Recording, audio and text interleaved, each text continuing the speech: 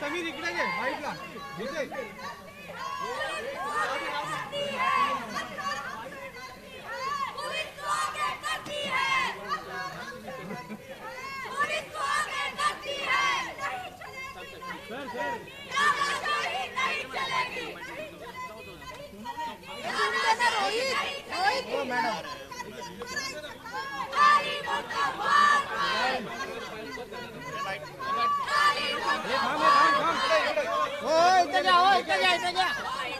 घूम दे राजू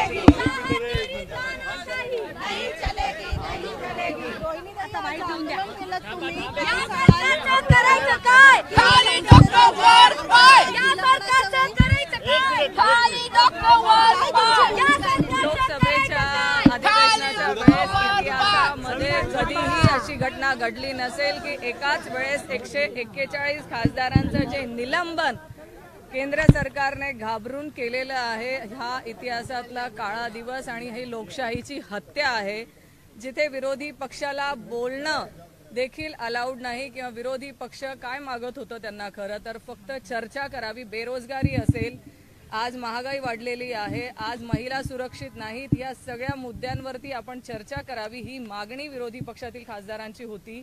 आणि या खासदारांच्या चर्चेवरती, ज्या मागणीवरती की चर्चा करावी हे करण्याच्या ऐवजी सरकारने त्यांना निलंबन केलंय. आणि तुम्ही बोलू पण नका, आम्हाला जे करायचंय ते आम्ही आमचे करणारच आहोत. त्याच्यामध्ये या घाई गडबडीमध्ये विरोधी पक्षले खासदार तिथे उपस्थित नसताना 3 वेगवेगळे कायद्यांचं त्यांनी तिथे समर्थन घेऊन त्यांच्या मेजॉरिटीवरती त्यांनी ते पास केलेत. हे लोकशाहीची हत्या आहे. म्हणून आम्ही म्हणतोय संविधान बचाओ और भाजपा को भगाओ, नाहीतर भविष्यामध्ये संविधानाने जी लोकशाही आपल्या भारताला दिलेली आहे तेही शिल्लक राहणार नाही. मोदी तेरी हिटलरशाही नहीं चलेगी, नहीं चलेगी. मोदी तेरी तानाशाही नहीं चलेगी, नहीं चलेगी. आज आपण भारतामध्ये लोकशाहीवरतीच आपलं राज्य टिकून आहे.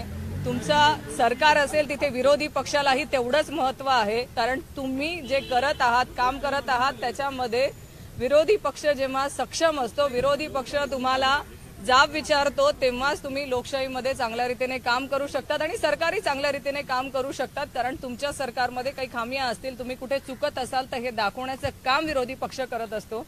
पण यांना ऐकून घ्यायचं नाहीये, स्वतःची मन की बात करायची आणि स्वतःची मन की बात ऐकायची असते. त्याच्यामुळे यांना विरोधी पक्ष नकोय. म्हणून ही लोकशाहीची हत्या आम्ही मानतो आणि या लोकशाहीच्या हत्येमुळे आम्ही आज संविधान डोक्यावर घेऊन आठवण करून देतोय त्यांना की हो, आपण संविधानाच्या दिलेल्या लोकशाहीने आपण चालणारा भारत आहोत.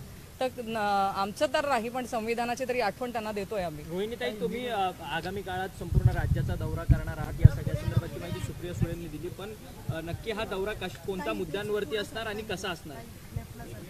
आम्ही हे सगळेच मुद्दे, आज महिला असतील, आज तरुण वर्ग असेल, हे सगळे आणि हा जो काय सरकारचा संविधान डोक्यावर घेऊन आठवण करून देतोय त्यांना की हो, आपण संविधानाच्या दिलेल्या लोकशाहीने आपण चालणारा भारत आहोत.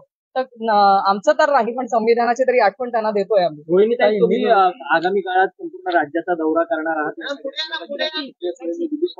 पण नक्की हा दौरा कोणत्या मुद्द्यांवरती असणार आणि कसा असणार?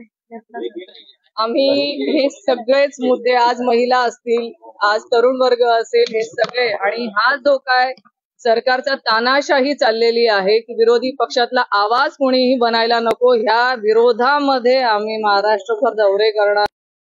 वहां पे तो आपने देखा है कि विरोधी पक्ष के सारे लोगों का आवाज दबाने की कोशिश की.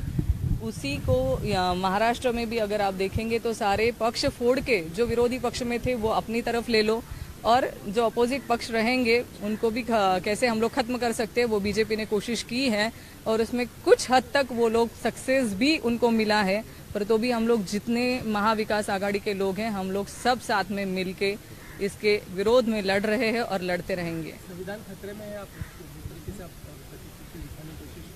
बराबर है, संविधान खतरे में ही है ना. अगर महाराष्ट्र में कोई किसी के विरोध में बोलता है तो आइस का उपयोग किया जाता है. जैसे ताई हमेशा बोलती है इनकम टैक्स है, ईडी है, सीबीआई है, ये आइस का उपयोग करके सामने वाले को चुप कराया जाता है. या तो उनके ऊपर आरोप करो, उनको चुप बिठाओ, या तो उनको जेल में डालो. ये विरोधी पक्ष के ऊपर, हम लोग के सबके ऊपर इंक्वायरी चल रहे हैं.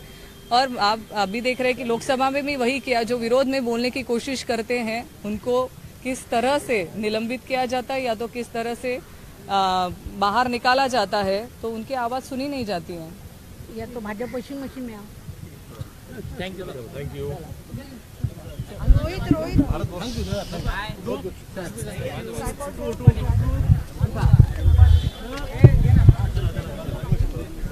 अरे यार, हाँ हो गया. अरे ताई आला.